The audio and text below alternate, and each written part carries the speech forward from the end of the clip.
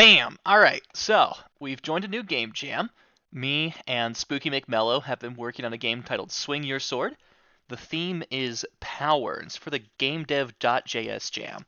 We've got until April 26th at 11 a.m. So I'm currently recording this with 72 hours left. And here's our wonderful game. Today I have worked on the plethora of mechanics we need for the game are swinging of our sword, killing things, XP gain for killing things, UI, a game over state, and the animations on top of the player. Spooky McMellow has drawn a full character sprite for the rotations, and we've got some backgrounds that I'm going to turn into. This is just a placeholder for now to test lighting, but I'm going to turn this into a grid map and then procedurally generate it tomorrow. So that's going to be very exciting. But first, we have our character that can move around. You hold space, and he swings his sword. When you let go, he will start to swing in the other direction.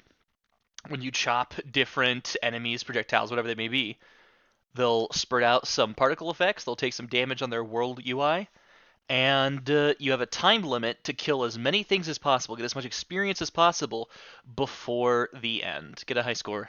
Do the best you can. And that is the game concept right there. Swing your sword, kill things, get better at swinging your sword with further level ups and powers and other developments. So right now, our main mechanic, the velocity and angular drag of this sword is all there. Our killable script for these things taking damage, flickering to a hurt frame, and then going into their actual death frame.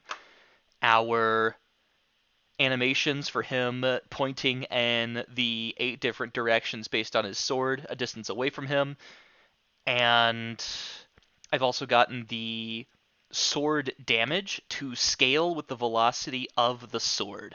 So if you just run your sword into something, it doesn't take as much damage. If you have a little bit of momentum going into him, then it's going to do a noticeable amount of damage, but not very much. And you can actually see how much your damage multiplier is at this spin number at the top here. So 1.09 is dealing times 1.09 damage, basically. And if you let that get low, it's not as much. And the gain represents the acceleration that you are dumping into the sword while holding space.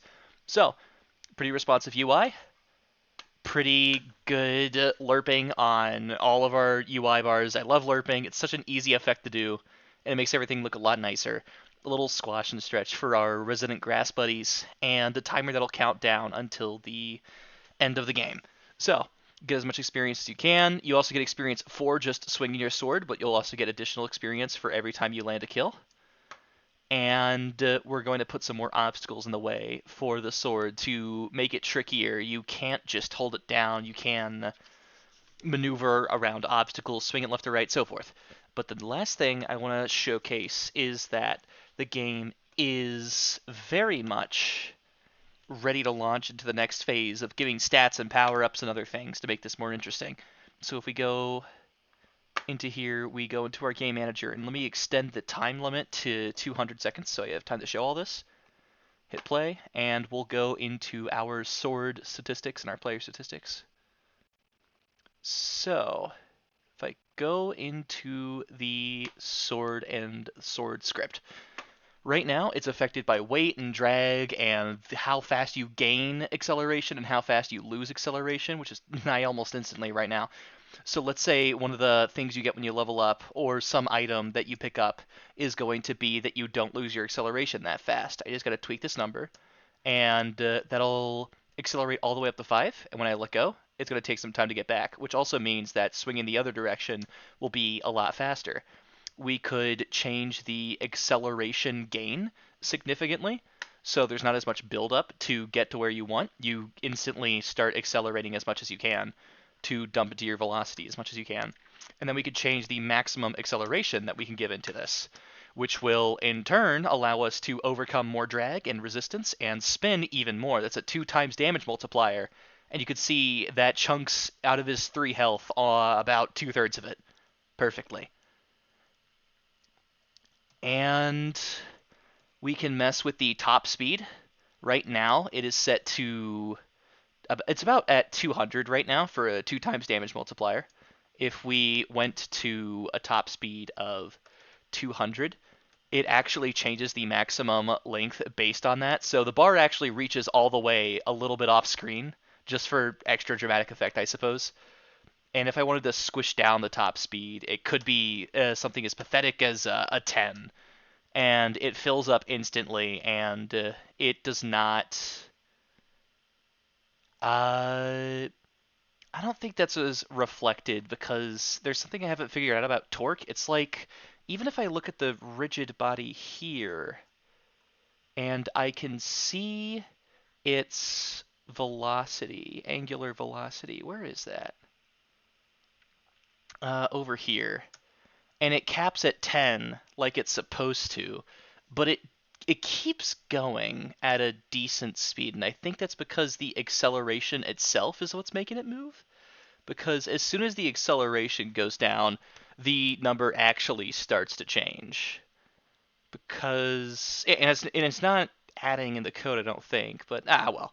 I'm not going to mess around too much with the speed cap, but instead encourage. I don't think that's going to be a statistic. It's just going to be 1,000 possible speed at any moment, and seeing how far you can fight back against drag and other things like that.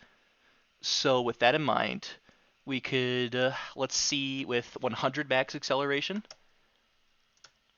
So I have enough control in the game to flick my sword back and forth. If I want to control it more, like maybe I don't want to hit an obstacle that's to my left or my right directly, just defending above me instead of spinning around. And then this is the maximum speed I could do with this much acceleration. Perfect. So we could change the acceleration gain, the loss of acceleration. The speed cap needs work. We can change the drag as well. That is the rate that they are slowing the sword at. So right now, if I start swinging, you'll see it slows down instantly. As soon as I let go, the drag is going to cut straight through its speed. If I instead lower the drag to like a coefficient of 10, then we'll see not only can it eventually reach a significant top speed, but when I let go of it, it's going to be affected a lot less, and drift still does decent damage because it still has so much leftover spin. And the weight is also a factor in drag, but hardly. I'm not sure what the actual calculation is because it barely affects it right now. But I do know if you have 0 mass and 0 drag, it just instantly speeds up all the way with nothing to hold it back, really. So that's a weight of 10 for a 2.93 spin. And now we go to a weight of like 10,000 for a spin of barely lower. No, that's pretty much the same, actually. It's so weird. It's like only if mass is 0 does it actually get weird. So if I change the weight to 0, then it just goes all the way up here, and drag is the only thing holding it back. If I have neither, then it instantly accelerates to the top speed and just goes wild. This is peak gaming. This is maximum level right here. And all right, that is all I have to showcase for now. The sword works, our guy works, the animations work. I've got one last little controversial opinion, which is instead of normal lighting, that maybe we could do something funky. So get rid of this, and instead let the sword light up the area.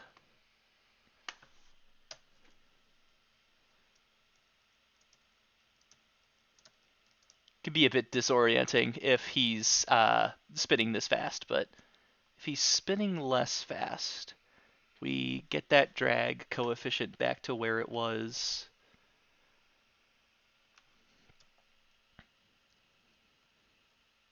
Maybe if I added some extra rim lighting or something. Exploring around with your evil energy sword. Perfect. Alright, well, that's the game. And I'm going to be adding the procedural generation, grid maps, hazards. different collision layers, and actual rewards for leveling up. Right now we're tracking XP and level, but not actually initiating anything when it happens. But when the time comes, you'll see this reverse sort of bullet hell come to fruition.